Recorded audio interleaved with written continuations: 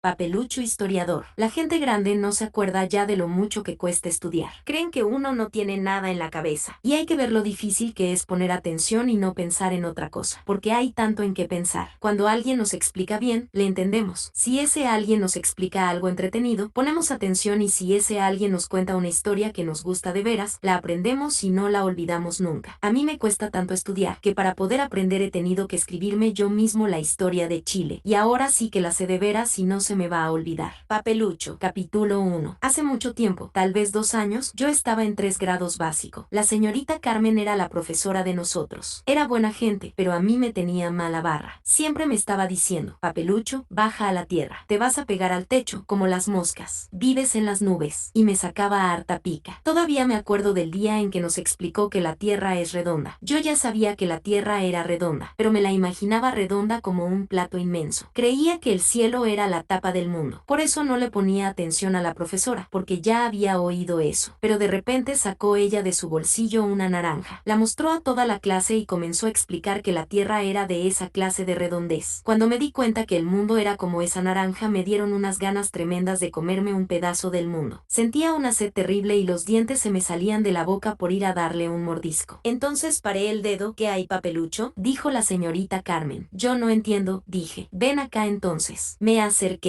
En realidad yo solo quería tocar la naranja y tal vez olería, porque no estaba bien seguro si era de verdad o de goma. Hacía 1 año que no comía naranjas. ¿Qué es lo que no entiendes, Papelucho? Lo de la naranja, contesté, y se me comenzó a reventar la hiel. ¿Es redonda, ves tú? La tierra es igual, dijo ella, redonda como esta naranja. ¿Y cómo no nos resbalamos si nos caemos para fuera de la tierra?, pregunté. Papelucho, hace media hora que estoy explicando que en el centro de la tierra hay un imán que atrae. Por eso si tú saltas, caes de nuevo al suelo. Si la tierra no tuviera imán, te volarías. Yo sabía lo que era un imán. Además lo estaba sintiendo muy fuerte con la naranja ahí tan cerca. Tenía casi reventada la hiel. ¿Me entiendes ahora?, dijo la señorita. Un poco. A ver. Estiré la mano y ella me pasó la naranja. Sentí una cosa rara. Algo así como si yo fuera el lobo y la naranja la Caperucita. Creo que era el imán de la tierra. Antes de pensarlo, la naranja estaba mordida y casi comida. Papelucho. Un brusco tirón de la señorita Carmen me la arrancó de la boca y solo entonces me di cuenta de que estaba terriblemente agria. ¿Por qué hiciste eso? Ella estaba roja de enojada. Porque creí que estaba dulce y también por lo del imán, contesté. Y cuando la vi tan furia traté de explicarle todo, porque ahora sí que entendía muy bien que la tierra era de la redondez de una naranja y que tenía un imán tremendo. Capítulo 2. Después de ese día la señorita Carmen no trajo más naranja para enseñarnos que la tierra es redonda. Todos lo sabíamos. Pero trajo un mapamundi. Y es lo más encachado porque salen en él todos los países del mundo. Cada país tiene su colorcito propio, todos brillantes, pero lo más macanudo de todo es el mar. La señorita Carmen nos mostró dónde está Chile. Está abajo y es largo y flaco como una lombriz que casi se corta a cada rato. Este es Chile y este es Santiago, dijo mostrando un puntito negro. La capital de Chile y la ciudad más importante es Santiago. Pensar de que nosotros vemos Santiago del porte de una peca de mi nariz. Uno se da cuenta de que si Santiago sale tan chico en el mapamundi, quiere decir que no importa que Chile se vea tan flaco en el mapa. Resulta que es inmenso. Chile es muy rico, dijo, porque tiene a un lado el Océano Pacífico y al otro la cordillera de los Andes. Yo me quedé pensando cuáles serían las riquezas y por fin entendí. Resulta que un país con mar es como una casa con una inmensa puerta que da a todo el mundo. Y un país con cordillera es como una casa con una muralla de fortaleza por la que no se puede meter ningún intruso. ¿Este mar es de nosotros?, le pregunté a la señorita Carmen. Este mar es el Océano Pacífico, dijo, y toda nuestra costa orillea el océano. Las aguas que están cerca son aguas chilenas. ¡Qué pena!, dije. ¿Pena? ¿Por qué? Porque es un océano Pacífico. No debe pasar nada nunca, es solo el nombre. Han habido batallas y guerras, barcos piratas y muchas cosas que conocerás más adelante, Papelucho. Así que, ¿hay barcos hundidos en el fondo de este mar?, pregunté. ¿Eran barcos piratas con tesoros y cofres y todo? Sí, pero no es fácil sacarlos. ¿Es que las ballenas no permiten sacarlos? O tal vez los pescados se alimentan de ellos y por eso tienen cutis de plata. Tal vez, dijo. Me habría gustado nacer ahí, y también para salir a nadar por todo el mundo. Si fuera pescado chileno habría sido tan aventurero y habría ido a muchas partes a buscar lo más rico y sabroso, lo más lindo de los otros mares para traerlo a Chile. En realidad los pescados chilenos son sabios y esquivos y no se dejan pillar fácilmente. ¿Hay pocos países en el mundo que tienen tanta costa como Chile y cordillera?, pregunté. Tampoco tienen otros una cordillera como la nuestra. Eso quiere decir que no es una patilla cualquiera. Es una cadena de montañas, dijo. ¿Cadena? Colina, así se llama cuando hay muchos cerros altos uno al lado de otro. ¿Y son cerros de qué? Al parecer de roca, pero minerales. ¿Con minerales? Pregunté. Yo le pregunto si hay algo dentro de ellos. Naturalmente. Hay minas preciosas. Chitas, dije. A un lado tesoros en el mar y al otro minas preciosas. Entonces no importa que parezca un queque con sorpresas, como los de los cuentos. De esos queques que tienen frutas confitadas, nueces, caramelos y chocolates. ¿Han sacado ya las minas preciosas? Solamente algunas. Han descubierto minas de oro, de plata, de cobre, de carbón y de fierro. Pero ¿quedan otras por descubrir? Ojalá que no tengan tiempo de descubrirlas todavía para que me quede una a mí. Es macanudo nacer en un país donde el que escarba encuentra. Ojalá que la cordillera de los Andes guarde bien sus tesoros para cuando nosotros seamos grandes. ¿Ella es como la bodega de Chile? Sí, papelucho. Me gusta haber nacido en Chile. Me gusta por 3 cosas. ¿Cuáles son? 1 grado, porque uno se puede subir a la punta de la cordillera y con Scaís se tira derecho al mar. 2 grados, porque uno es dueño de todos los pescados y ballenas de las aguas chilenas. Si uno amaestra bien una ballena puede vivir en ella y salir a navegar hasta por debajo del agua y sacar tesoros de piratas. Y 3 grados, porque cuando yo sea grande voy a hacer una sociedad atómica y le vuelo un cogollo a la cordillera y después recojo las piedras preciosas y listo. Estoy bien feliz de nacer chileno. El descubrimiento. Capítulo 3. Resulta que hace como 500 años vivía un señor que se llamaba Cristóbal Colón. Yo había oído hablar muchas veces del huevo de Colón, así que lo conocía de nombre, porque una vez Colón le dijo a sus amigos que sujetaran un huevo parado. El huevo se caía y se caía. Llegó Colón y le dio un golpecito al pararlo. La cáscara del huevo se trizó y el huevo se paró. Fuera de esta idea el señor Colón tenía otras. Por ejemplo, se le había metido en la cabeza que la tierra era redonda. Todos creían que era plana. Pero él decía, ¿por qué cuando uno mira un buque en el mar lo ve desaparecer poco a poco como si se fuera hundiendo? La gente se reía de él. Colón era portugués, pero como nadie lo tomaba en cuenta en Portugal, se fue a España, que está al lado. Entonces llegó un buen día donde la reina de España, Isabel la Católica, le contó su idea y la reina se quedó pensando. En ese tiempo la gente quería ir todo el tiempo a las Indias así como ahora van a Estados Unidos, pero el viaje era terriblemente largo. Yo creo, Majestad, le dijo Colón a la reina de España, que he encontrado un camino más corto a las Indias. ¿Más corto?, preguntó ella. Sí, Majestad. Colón tenía su famoso huevo en el bolsillo y le había hecho a un lado un garabato para mostrar lo que era España y al otro lado otro garabato para mostrar lo que eran las Indias. Entonces le explicó que por el lado donde iban los portugueses a las Indias resultaba más largo, y por el otro lado, el lado que él decía, llegaban más ligero. Claro que Colón se equivocó porque el camino resultó mucho más largo por donde él decía, pero de todos modos, si no se le mete esa idea en la cabeza tal vez todavía ni nos habrían descubierto. La reina no se atrevió a pedirle plata al rey para darle a Colón. Creo que le dio miedo que él le dijera, déjate de tonterías. Por eso ella prefirió regalarle sus joyas para que él las vendiera, y le entregó todos sus collares, sus anillos, sus brillantes y pulseras. Y Colón las vendió al tiro y mandó hacer 3 grandes carabelas. Capítulo 4. Yo me imagino lo feliz que estaría Colón con esas carabelas. Es como si a mí me regalaran 3 motos. Qué pena que ahora no haya reinas de esas. Parece que se demoraron mucho tiempo en hacer las famosas carabelas. Cuando por fin estuvieron listas las bautizó la Santa María, la Pinta y la Niña. Yo sé por qué. Entonces Colón las llenó de cosas de comer y agua para tomar, porque en ese tiempo no había Coca-Cola, y contrató a la gente que quería correr con él esa aventura. Era una gran aventura salir al mar navegando para el otro lado del que navegaban todos los barcos. Había el peligro de salirse de la tierra si resultaba que no era redonda como decía Colón, y un buen día se embarcaron. Todos los parientes fueron a despedir a la gente al puerto de Palos. Ellos izaron las velas cantando. Cuando sopló el viento las hinchó como si fueran tambores. Las carabelas partieron como enormes castillos navegando despacito, y los que las miraban las vieron perderse de vista poco a poco. Eso fue el 3 de agosto de 1492. Ya a mí no se me olvida porque el 3 de agosto se me cayó el primer diente y también porque 1492 es el único número de que me acuerdo. Capítulo 5. Y digo que la SRTA, Carmen me tiene mala barra porque siempre le da con preguntarme. Papelucho, ¿cuánto tiempo navegó Colón sin divisar tierra? Mucho tiempo, dije, porque ya sabía que las carabelas no tenían motores y que cuando no soplaba viento la cosa era a puro remo. ¿Cuánto crees tú? ¿10 años? ¿2 meses o una semana? Yo ya sé que ella siempre dice lo que hay que contestar entre medio y trata de confundirlo a uno, pero a mí no. 2 meses, dije. Muy bien, Papelucho. ¿Y estarían contentos los tripulantes navegando 2 meses sin ver tierra? Todo lo contrario, le dije, porque yo ya sé lo que son 2 meses. Cuando me quebré la pierna estuve 2 meses sin chutear. Y estar 2 meses haciendo la misma cosa, aunque sea tomando helados, es tremendo. ¿Qué sucedió entonces?, preguntó. Lo que tenía que suceder, dije dije yo. Muy bien, Papelucho. Como tú dices, la tripulación se puso rabiosa porque creía que Colón los había engañado. También estaban cansados de comer pura carne salada y frutas secas. Los remeros rezongaban y Colón vio que se podían sublevar. ¿Qué pasaría entonces? Motín a bordo, dije yo. No se me olvida nunca lo que me gusta el motín a bordo en los cuentos de piratas. Me habría gustado que Colón fuera pirata. Muy bien, Papelucho. Si la tripulación hacía motín a bordo, matarían a Colón y la gran aventura no habría resultado. A Colón no le quedaba más remedio que pedirle ayuda a Dios o morirían todos en alta mar. ¿Qué hizo entonces? Rezó, dije yo, porque para pedirle ayuda a Dios hay que rezar, creo yo. Se encerró en su camarote y se arrodilló al pie de su litera. ¿Qué pasó entonces? Se quedó dormido, dije, porque cuando yo rezo mucho a veces me pasa eso. Y despertó con unos gritos que al principio él no comprendía. Tal vez creyó que había estallado el motín a bordo. Golpeaban furiosamente en su puerta. Colón se levantó a abrir sin saber si lo iban a matar. Los marineros tenían la cara rara y gritaban todos a un tiempo. ¿Qué gritaban? Tierra, capitán, dijo Gómez, que hacía de marinero en la comedia que representaron el otro día. Era el descubrimiento de América, y lo único que tenía que decir Gómez en toda la comedia era eso. ¡Qué lástima!, dije yo. ¿Lástima de qué? Lástima de que Colón rezara tanto. Habría sido mejor el motín a bordo. No digas tonterías, Papelucho. ¿Por qué decían tierra, capitán? Yo no contesté. ¿Hasta cuándo me preguntaban a mí? Papelucho, presente. Te estaba preguntando. ¿Por qué no contestas? Porque estoy ocupado, dije. Ya sé lo que te pasa. Estás distraído otra vez. Pon atención y trata de comprender. Tengo un poco de hipo, le dije. Bueno, voy a explicarles bien, pero pongan mucha atención. Cuando Colón salió del camarote, estaba amaneciendo. Los marineros parecían locos de alboroto y gritaban. Tierra, capitán, chilló Gómez otra vez. Había un pájaro en el mástil, capitán, dijo uno. Lo hemos visto y esa es seña de que estamos cerca de tierra. Colón se persignó y dio gracias a Dios. Enfocó el catalejo y miró al mar. Por fin se divisaban unas manchas oscuras. Todos querían verlas y pedían el catalejo. Gritaban. Tierra, capitán, dijo Gómez. Se apiñaban en la proa de la carabela. Les parecía estar soñando. Después de tanto tiempo ver tierra, capitán. Gómez otra vez. Ver árboles, cosas verdes. Los remeros bogaban con furia y al poco rato las tres carabelas atracaron en la playa. Estaban seguros de haber llegado a las Indias. Pero esa playa parecía solitaria. No había hombres ni casas. Puros pájaros y tal vez animales. ¿Qué hicieron entonces Colón y sus hombres? Saltaron a tierra, dije yo. Demos gracias a Dios, dijo Colón y clavó una cruz en la arena. Todos se arrodillaron a rezar. Colón, creyendo que era una isla desconocida de las Indias, la llamó San Salvador. Era un poco despistado Colón, dije. ¿Por qué dices eso? La señorita Carmen me miró con ojos redondos. Porque creía que América era las Indias. Es cierto, él no supo que había descubierto América. Dime ahora, Papelucho, ¿qué sucedió cuando estuvieron en tierra los españoles? Bueno, supongo que se bañarían en el mar y estirarían las piernas chuteando cocos. Supongo que comerían frutas y también se revolcarían en la arena. Bien, ¿qué día fue todo eso? Nadie contestó. Fue el 12 de octubre, dijo la señorita Carmen, el día de la raza, que es día de fiesta en toda América. Yo creo que debería ser día de fiesta para España, no más, dije yo, porque yo encuentro que para los indios de América fue un día completamente fatal. Yo creo que es terrible ser descubierto. Si no hubiera llegado Colón, los indios serían completamente felices, con flechas, plumas y todo. ¿Tú preferirías que no fuera día de fiesta? Bueno, entre celebrarlo y no celebrarlo, más vale celebrarlo. Pero debía ser una fiesta de indios. Me gustaría ser presidente para obligar a todo el mundo a ser indio ese día. Capítulo 6. Cuando salimos de clase yo le dije a Gómez, tierra, capitán. Y él se picó y me dio una cachetada. ¿Tú te crees, Colón?, me dijo, pero se quedó sobrando, porque yo le hice un quite a la cachetada y se pegó a toda fuerza contra el pilar donde yo estaba afirmado. No me dolió, dijo soplándose la mano. Y para que veas que Colón no descubrió la América porque creyó que había llegado a las Indias, pero la descubrió de todos modos. Puro carril, dijo metiéndose la mano al bolsillo. En todo caso la tierra era redonda como él decía, y él descubrió eso. Claro que habría sido mejor que no nos descubriera. Me carga ser descubierto, pero como no era su intención descubrirla. Si yo fuera él no me habría vuelto a España. Yo sí. Alguien tenía que contarle a la reina y sacarle pica a los que no creían que la tierra era redonda, dijo Gómez. Pero si él se queda aquí todo el mundo habría creído que se había muerto. Colón habría sido el descubridor de América, pero sin molestar a los indios, pensé fuerte. Fue un tonto. Primero porque descubrió América sin querer y segundo porque tampoco se dio cuenta que la había descubierto. Cuando uno hace un descubrimiento lo importante es que lo haga y no que la gente sepa quién lo hizo, alegué. Pero se necesita ser bien despistado para venir a América y creer que uno ha ido a las Indias, dijo Gómez. Yo no encuentro. A mí no me importa que me alaben. Para que veas, fue un Américo el que descubrió la América. Gómez seguía sacándome pica. Ese fue el que se dio cuenta que Colón la había descubierto. Y a los tontos les dio por decir las tierras de Américo y por eso quedó con ese nombre, le expliqué al muy tarado. ¿Tú crees que debía llamarse Colona? A Colón y a mí no nos importa cómo se llame. La cuestión es que él la descubrió, le contesté. ¿Ves cómo tú te crees Colón? Y tú te crees Popeye. Y ya iba a sacar Gómez su puñete cuando se acordó que le dolía la mano y también sonó la campana de clase. La conquista. Capítulo 7. De tanto y tanto pensar en los indios, por fin conseguí ser un indio de verdad y mientras duermo soy un araucano. Porque sueño todas las noches en indio y mi vida de indio es mejor que la otra. En la mañana me levanto de un brinco y eso es todo. Entonces la mamá me da los buenos días muy humilde y cariñosa y me entrega una gran paila de cobre llena de frutas. Ese es mi desayuno y yo como lo que quiero y me chorreo y no importa nada. Porque los indios no tienen obligación de lavarse los dientes ni bañarse, ni andar limpios ni cambiar camisa. Uno tiene su taparrabo para el día y la noche. Tampoco se va al colegio ni hace tareas. La madre india no tiene la manía de la educación, sino que le da a uno la comida y lo deja en paz. No hay que pedir permiso para nada. Uno se manda solito y lo único que tiene que aprender es a disparar bien la onda, a nadar en el río y a criar fuerzas levantando piedras para hacerse bien hombre. Los indios no se enferman nunca, puramente se mueren. Nunca me retan porque se quebró un vidrio. En nuestra ruca no hay vidrios y las mamas no se preocupan de encerar porque el suelo es de pura tierra. Los techos son de totora, con arañitas, cucarachas, lagartijos y nidos de golondrinas. No hay un solo closet ni mueble que cuidar. Y mi mamá india nunca está nerviosa porque ella no tiene enchufes ni plancha eléctrica. Tampoco hay goteras en los baños porque no hay baños. No sube ninguna cuenta, ni menos la de la luz porque la cocina, el alumbrado y la calefacción son una misma cosa. Y esa cosa es una gran fogata en el medio de la ruca, y ahí en el suelo, bien cerquita de ella cuando hace frío, comemos todos y después nos dormimos. Nada de reloj ni de horas. La hora de acostarse es cuando baja sueño y la de levantarse cuando se acaba. Soy muy feliz siendo hijo de indios araucanos. Mi padre es Toki y es el que manda la tribu y la mamá es su esposa y yo soy el hijo único. Ellos también viven muy felices conmigo y se pasan las tardes sentados en el suelo comiendo piñones. Capítulo 8. Aunque entre nosotros los indios no hay domingos y todos los días son como domingos, eso no quiere decir que sean iguales. Son bastante distintos. A veces salimos a cazar con el Toki y nos internamos en la selva. Él lleva las macanas y yo las flechas. De repente aparece un puma detrás de una araucaria. Es precioso, blando y regalón como un gato grande, pero es feroz y nos muestra sus dientes filudos. Yo le hago la puntería antes que salte encima de nosotros. La flecha sale disparada y cae el puma al suelo. Al verlo caer, de no sé dónde aparece otra cantidad de pumas que nos miran furiosos con sus ojos de gato y sus hocicos hambrientos. Yo disparo